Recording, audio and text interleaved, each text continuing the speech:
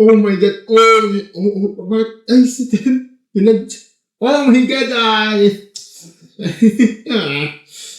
Oh my God. Bakit?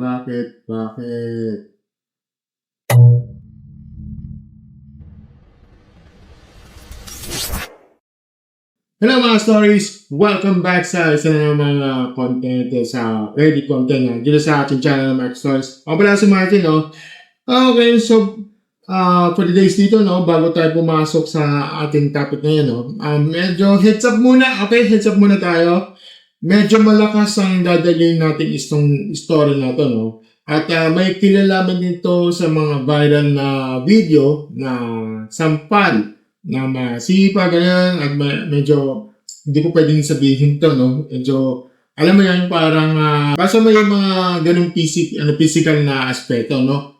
Na may pangalan ng isang kilalang drag performer dito sa atin. Galing ito kay Maxi Anderson, no? So, bago tayo mag-react, basahin nyo muna ang mga buong post kasama ng konteksto, no? Kasi marami palang version ito. So, hindi tayo dito para mangusga agad, no? Babasahin ko muna lahat ng mga nag-post dito, tapos doon na tayo sa opinion. Okay? Pero sige, simulan na natin dito sa ating channel Mark Stories.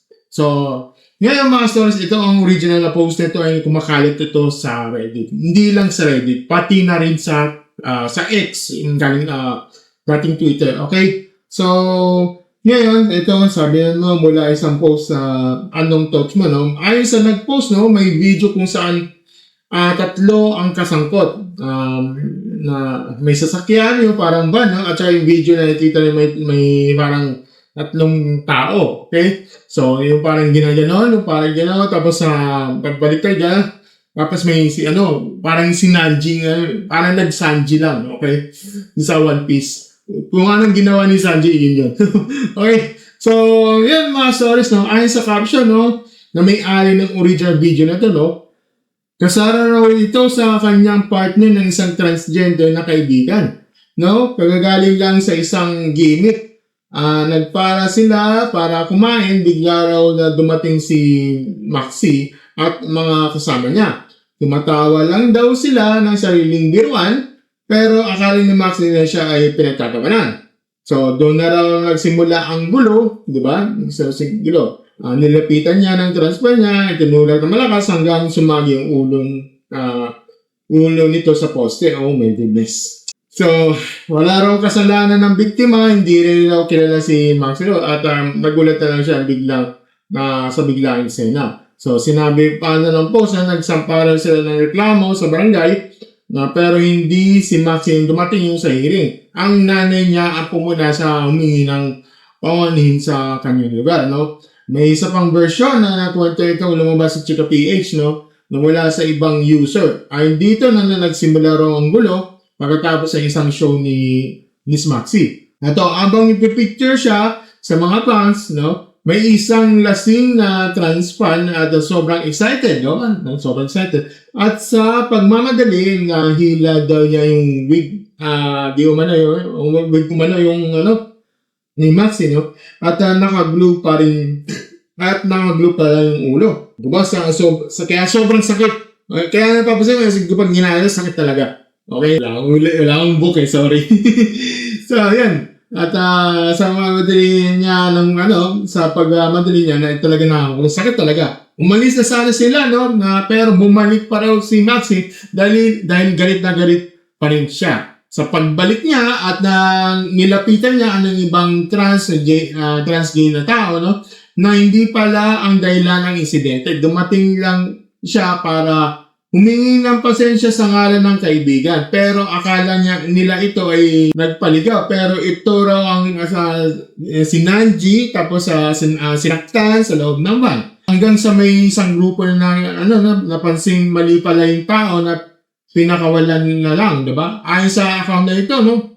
Ang trauma ng maling tao hindi pa makakuha ng video. Ito, no? Ito ay hindi pa nakakuha ng video. So, para yung version, ito yung hindi pa nakakuha, yung ibang tao yung na-victim, diba? At saka ito na yung video na kumakalat na sumunod yung pangyayari. Yung saan dumating yung mga totoong fan na humila ng wig, no? Humingi na pa kami, pero sinabingan pa rin na sakkan kita, gano'n. At ni Stephanie Maganas, Spider McMahon.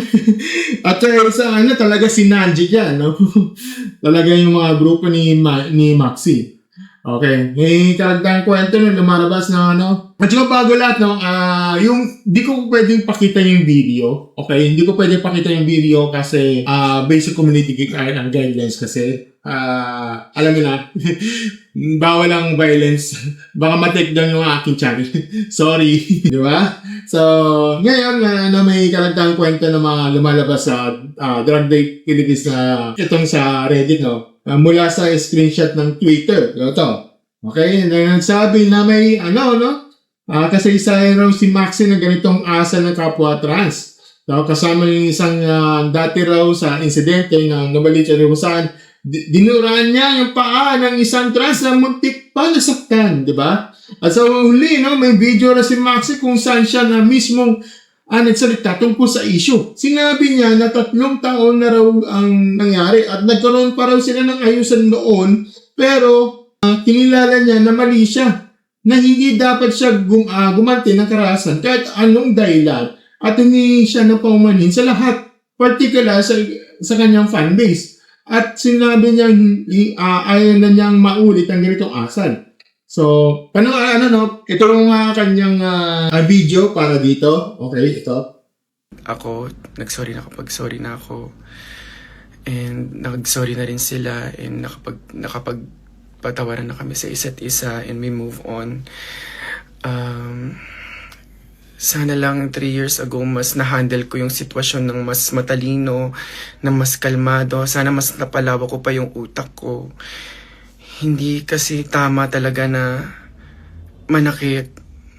Hindi siya tama. Hindi kahit saan aspeto, hindi talaga ako katanggol-tanggol that time. Kasi mali talaga siya, mali talagang manakit tayo. Hindi yun. Buti na lang ngayon may nag-guide na sa akin na mga tao.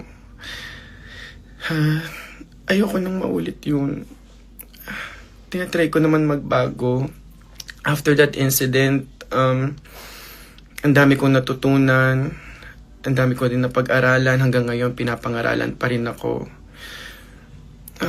Ayoko na maulit yun. Pasensya na. Ang dami ko nang nagawang kasalanan ngayong Pride. Sana sa susunod sana sa susunod na live ko hindi na ako nagsusorry. Sana last na sorry ko na to sa inyo. Bubog sa akin yung nangyari na yun. Alam ko.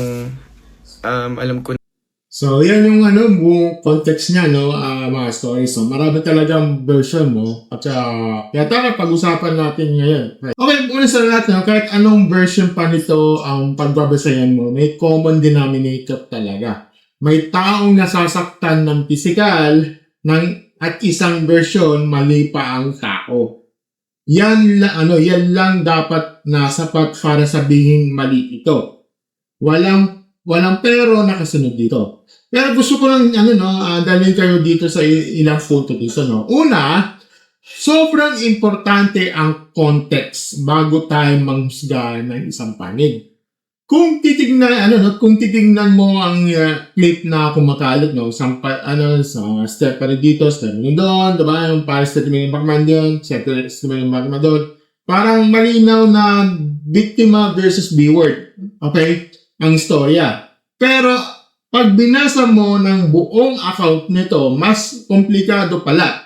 May umpisa na hindi nakabidyo, may maling tao na nasasaktan bago pa man dumating sa biktimang tama. Okay? Ibig sabihin, hindi sapat ang isang clip para hatulan agad ng isang tao, pero ito ay nangangahulugan dapat natin bigyan ng pas ng karahasan. Lalo na kung sino man ang gumanti, alam mong hindi siya gumawa ng unang kasalanan. Okay? So, pangalawa, ito, kahit pa man nasaktan ka muna, okay? Hindi pa rin patas ang pagbintangan o saktan ng ibang tao dahil lang sa hinila. Kung bahagi, kung saan sinaktan yung taong walang kinalaman. Kasi naisip niya lang siya yun eh. Sobrang hindi okay. Okay? Kung totoo ang version na ito, kung malala pa ito kaysa simpleng nagalit lang dahil hinila ang weak. Ito ang mga linya kung saan dapat may accountability. Kahit naman galit ka nung oras na yon, okay? So, pangatlo, yung kung gusto rin banggitin yung punto na isa sa mga comments, no, na mga ganitong klaseng asal na hindi maganda sa kapwa member ng LGBTQ+ community. Ay issue na kailangan kausapin ng seryoso sa loob mismo ng komunidad. Hindi ko sasabing transphobic ito sa simpleng dahilan lang, okay? Kasi parte din ng community ang involved dito. Pero kung totoo ang paulit-ulit na kwento mula sa iba't ibang taga Novaliches at iba pang lugar, okay? Parang may pattern talaga na dapat tingnan, okay? Dapat ito yung medyo malabo sa akin. Ang sinabi niya, naayos na namin ito noon, hindi dapat ibig sabihin ay tapos na ang usapan. Sure, kung totoo ang nag-sorry sila sa isa't isa noon, no? Maganda yun. Ako. Pero, kapag pumablik ang video, dapat pumablik din ang pananagutan. Hindi lang private na, okay na kami. Okay yung paano. Kaya, naiintindihan ko kung bakit may mga taong gustong mas malinaw ang public apology. Hindi lang sa video kung saan tinanggap niya ang kasalanan sa pagkalahatan. Okay? Pero sa specific sa insidente mismo. At panghuli, no, yung credit, no, sa video kung saan siya mismo nagsalita, aminin ko, parang taos puso ng paghingi niya ng pasensya. Sinabi niya mali ang ginawa niya na ayaw niya maulit at na natuto siya. Importante yun. Pero gusto kong sabihin sa lahat ng manonood, no, hindi sapat ang isang sorry pero para burahin ang pattern. Kung totoo nga ang may pattern at totoong sukatan ng pagbabago ay oras, kung walang nakakasunod na insidente, doon na masasabing totoo ang pagbabago. So, ang tanong na, tama ba siya o mali ba siya? Okay? Sagot ko medyo parang may mali ang mga panig sa sinimula ng gulo. Pero, ang karahasan lalo sa maling tao, hindi katanggap-tanggap kung kahit kanino pa galing.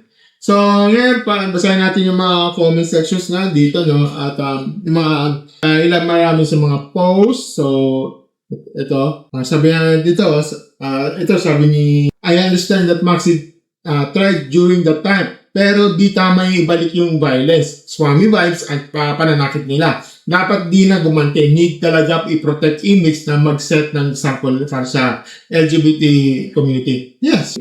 Kung silat ka, may responsibility siya. Ito sabi ni The Six, nakaalis na sila, bumalik pa talaga to do that. Meaning, they had the time to calm down and think.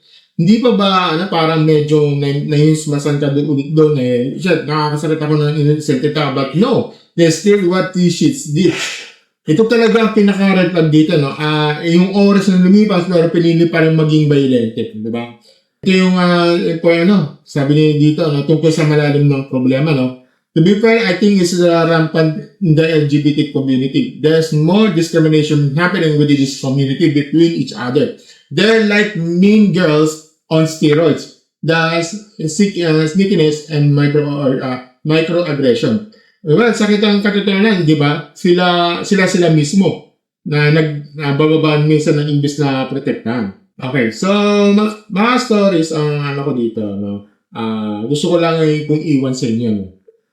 Hindi tayo dito para mang-mob o manakot ng tao online, okay? Pero hindi rin tayo dapat tumahimik kapag may karahasan. Lalo na kung may posibilidad na nasaktan ang maling tao. At totoong taong dapat hindi sino ang pogi, sikat, o kanino tayo panig, okay?